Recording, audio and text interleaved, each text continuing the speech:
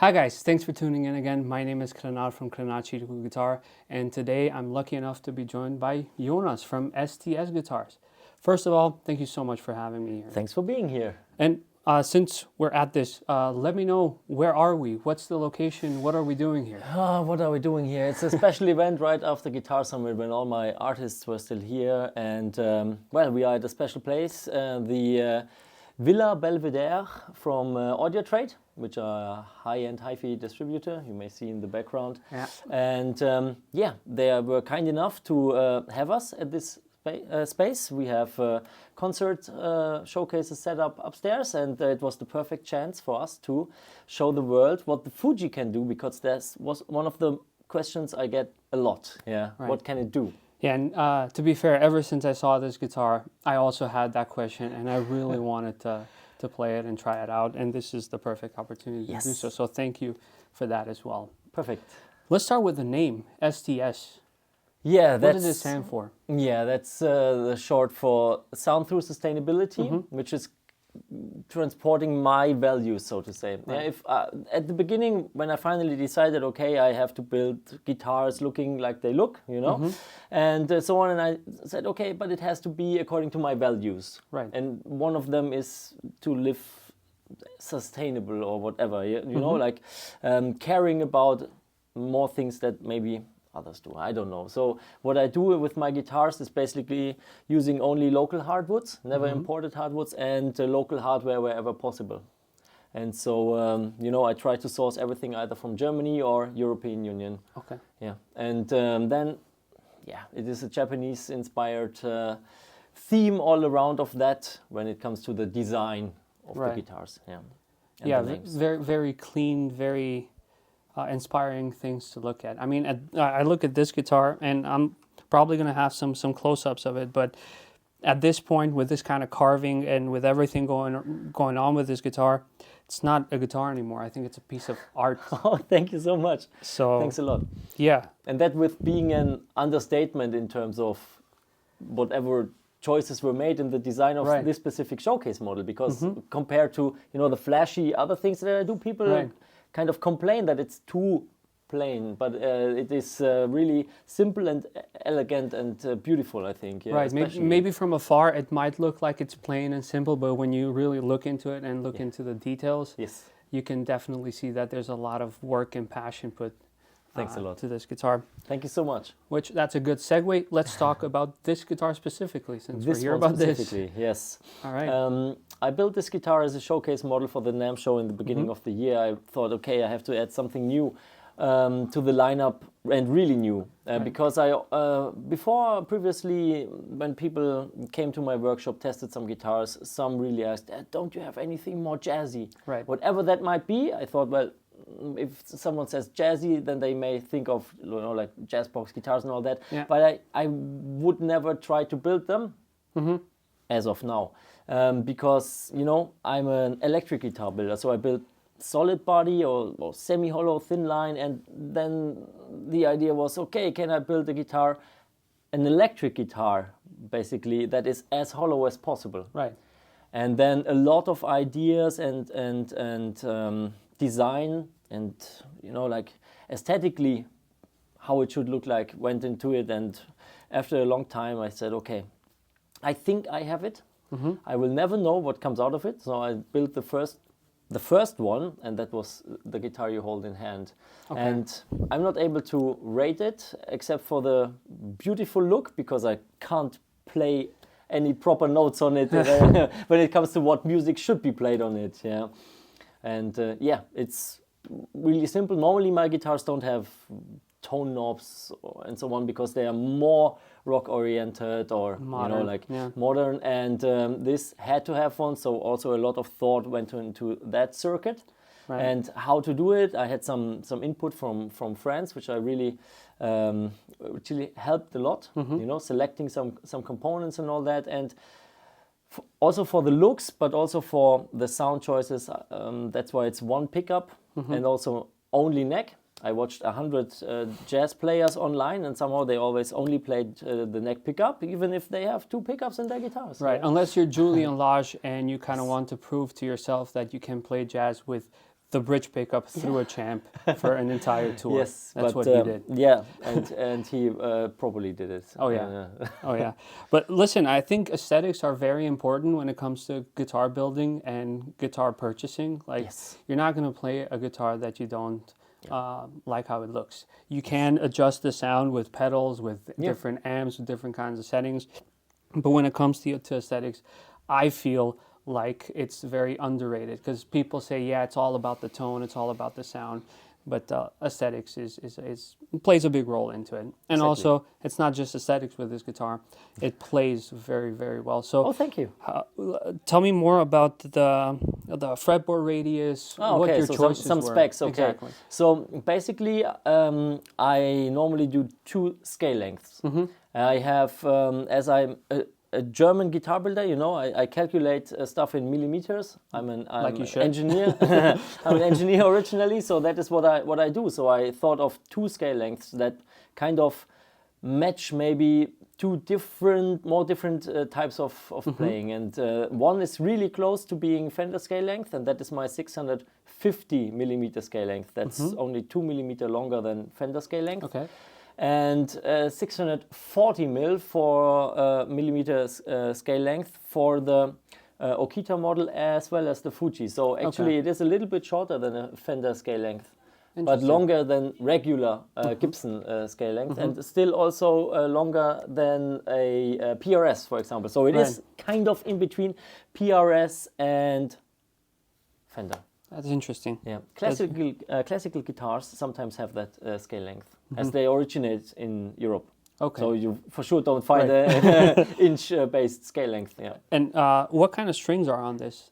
Is this It's tens? tens because it might be more for electric guitar players. But I don't know. It's no, because I think thing, tens feel very, very natural to this guitar, because it has a bit longer scale length, and it kind of it's like best of both worlds. Yes. So I really like that about it. And fretboard radius is constant 12 inch. 12 inch, okay. Yes, and it has a wraparound bridge to be as clean as possible. And there's design-wise, there's only a specially designed block still underneath the wraparound bridge, and the rest is completely hollowed out. So nothing underneath the pickups or wherever, you know. Okay. Yeah. Okay. So as hollow as I can build it. Yeah. And you mentioned something. Well, I visited your booth at Guitar Summit, which looked really, really nice, by the way. Thanks a lot. Yes, it looked very welcoming.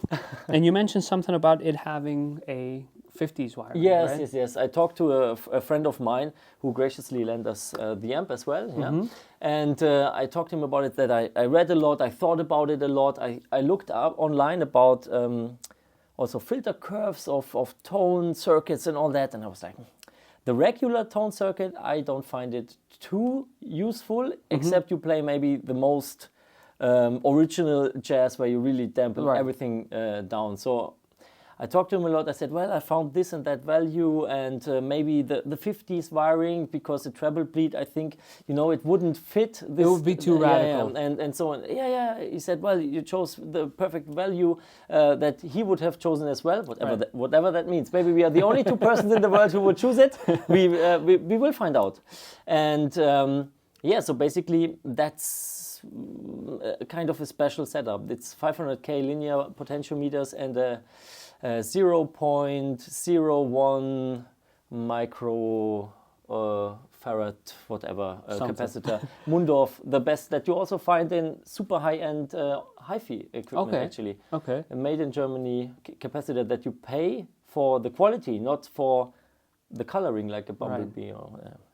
Nice. Yes. But you said made in Germany, and that reminded me of something else. I think the pickup is also made in Germany. And the bridge and the hardware, except for the tuners. Yes, exactly. It's a Heusel pickup. Okay. And I also thought about that. Well, P90 might have been the most obvious choice, or a really classic humbucker if you come from the ES territory. But I don't know. I also like the sound of Gretsch guitars.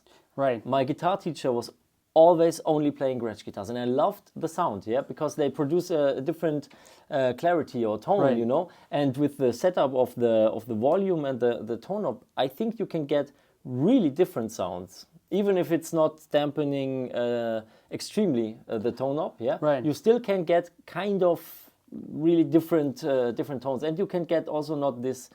You can get a crystal or a bell chime like sound with the Filtertron as well. Yeah. Right. I mean, if you have the tone all the way up and the volume all the way up, and you like pick it in a certain way, it almost sounds like a single coil as Yeah. well. Yes. And I think it works very well for, especially with the wiring as well. Having just one pickup, I think that's very versatile, and it works very well for blues. So we can try something like that maybe. Yeah.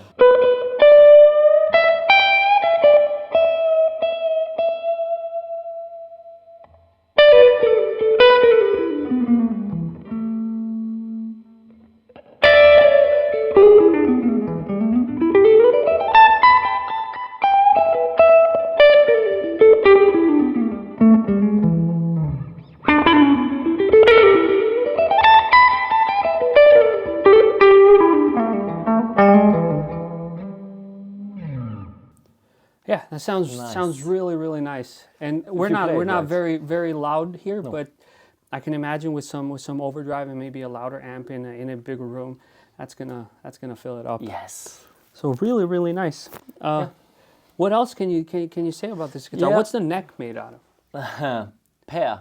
Pear wood. It's the fruit tree, exactly, pear wood. Okay. So, but it is dried in a special way, not roasted or anything, but dried differently so that it gets that really chocolatey color. Yeah. Right. And which is, I think it looks wonderful. And I chose then to make everything that is regarding the neck out of that pear wood. Yeah. Also the tuner tips, I made them out of the offcut of the neck to match the whole color. So these are perfectly. also custom made. I think your father told me that you made these yourself, which is very impressive. Yeah, because the tuners are amazing.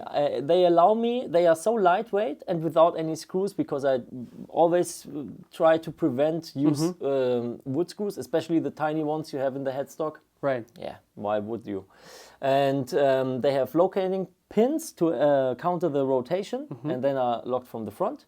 And they are from materials that are, you can use them in race cars or spacecraft, and that's what they are made of, and they will outlast all of us by a long time, yeah. But he only delivers them with more classical wood choices. Right. You would use for a classical guitar and so on, but sound through sustainability, we're coming back to that topic. I said, no, I can't use imported hardwoods. I don't want that. I really don't want it. Yeah. So I said, can you deliver them without the packs? He said, Right. yeah, for sure. And then I made them myself. And that's why I can always match it to fretboard, neck, or whatever. Okay, and is this the only Fuji that you've ever As of produced? now, yes. As of now, yes. Okay. Yes, but like I said, there are people interested, but as no one knows what it can do now, we are working on that. Well, I hope this video will help a little bit. So far, I think the playing at least tells thanks. a lot. Thank you. And so, yes, I have another showcase model planned for next year, just to showcase the different colors, woods, and all of that. Right. But yeah, basically, the choices are the customers actually. Yeah. So if someone is interested in it, we can talk about everything. Choice of wood, Right. choice of pickup, but choice of tuner is not possible because the guitar is fairly light, and I have to have it balanced. And the more weight I add on the headstock, Right, the more more neck it's dive. unbalanced. Yeah, and I personally absolutely hate that. Yeah. So I try to build light guitars. Also, the Okitas upstairs are 2.8 kilogram, 2.9 kilograms, some That's are pretty 3. light. Yes, and this is also 2.8 kilograms. Awesome. Yeah, it feels really nice. It feels really balanced, and it just stays there where it's supposed to, and then it just lets you do the playing. Talking about playing, I think it's a good idea to try some more playing on it. You go for it. All right.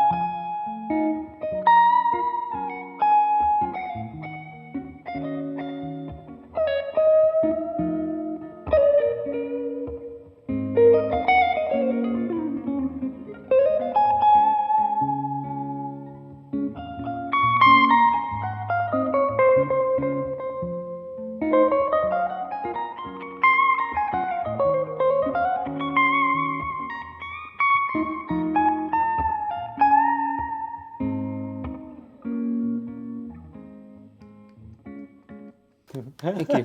Thank you. Yeah, I mean, what can I say? It's very easy to play. It sounds very, very nice, very responsive. And even with that tone pickup, almost to almost zero, it still has that snap that you would expect from a guitar like this. It's just an incredible, incredible guitar. Yeah, thank you so Awesome. much. Thanks a lot. Awesome. Thanks for enjoying it. Yeah, and rolled edges as well On for all of ultimate playability. all of my guitars, yeah. It is something I came up with thinking about. Is there actually something why people like vintage guitars? Could there be something, Right. some truth to it? I mean, they are the ones that survived from early mass production still, you know, Right. so they had to be great, the ones that survived. But I also always, when they immediately grab it, they somehow feel something great, you know, like, oh, what was it? And I think, well, maybe it's that every edge and everything is gone from the decades of playing. Exactly. And so I think that has it. I've played a couple of vintage guitars, and the neck is where it's all at. Like there's also some relic guitars that I've played from some different builders, and you can see that the relicing on those guitars. I mean, you can do that, as we can see here, without relicing, but that makes a huge difference when it comes to playability. Yes. And I think the neck is the most important part of, for example, me as a player. But that leads me to a good question. What do you think is the most important part for you as a builder when it comes to building a guitar? Not just like this guitar, but any guitar in general. The thing is, they look fancy, you know, but the experience, as I'm also a guitar player for over 20 years now, it cannot stop with just looking great. Right. You have to pick it up and be even maybe more amazed. Right. And that's my target, you know. No matter how expensive or how fancy the guitar is, it has to be really nice to play. That's it should support you That's it, with yeah. playing, not fight you. I also read some guitar players, they like, you know, when they fight the guitar and then it is a different sound, completely different sound. I'm going to cut this out, but that's all the Stevie Ray Vaughan wannabes. Yeah, that's it. Because no one likes to play a guitar that doesn't play well. No. I mean, and I think that it's, you know, you can just be yourself, play, and not let the guitar get in your way, and you can just, it's the tool to express your music. Yeah. And it should express it unfiltered. Nice. That's a good mindset to have when building a guitar. Yeah. Awesome. Another question would be, how long does it take for you to build this model specifically? Oh, this model specifically, I've answered that question to another guy. After Guitar Summit last year, I started the build, and it was fully done the night before I left for NAMM show in January. So that's... It was the first time I ever did this.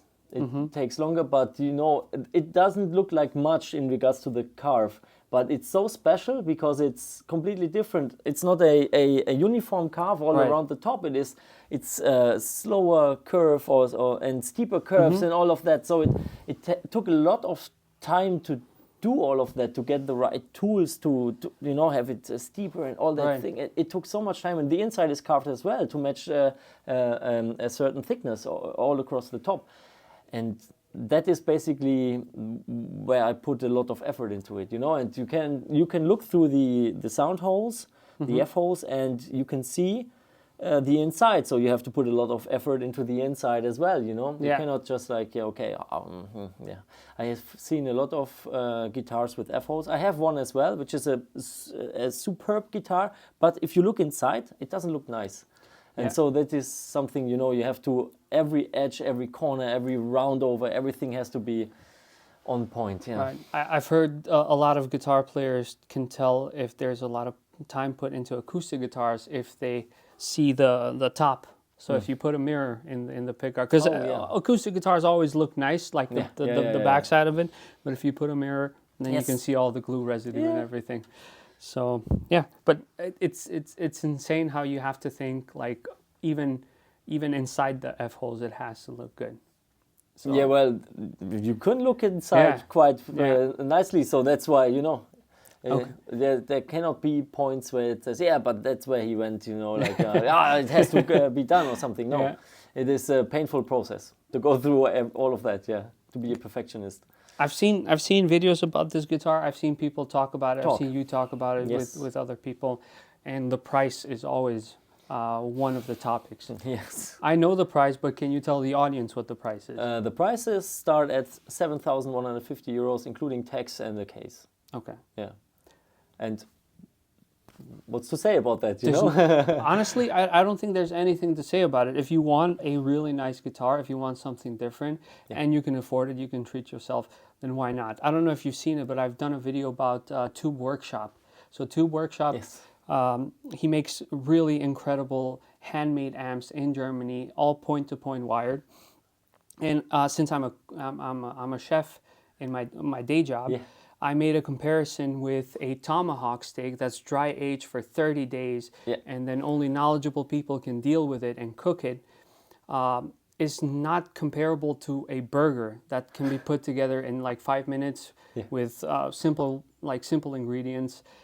And I compared the Tube Workshop to a dry aged steak and a burger to a production line amp, for example, like a Vox AC15. It's still going to be a good amp. A lot of people do enjoy it, but if you can treat yourself, then why not? You know? And also, just the materials, like how much are the tuners again? A lot. You can equip the rest of my booth at Guitar Summit with tuners for that price. Exactly. So, So, and that's, but it only works that way, you know. Right. It only works with high-end components because they match the rest. I put loads of effort into it, so it has to have the best components I can find. And, That's it. Yeah. that's why the price doesn't really shock me. Can I afford it? No, but No. it's a great guitar, nonetheless. Thank you.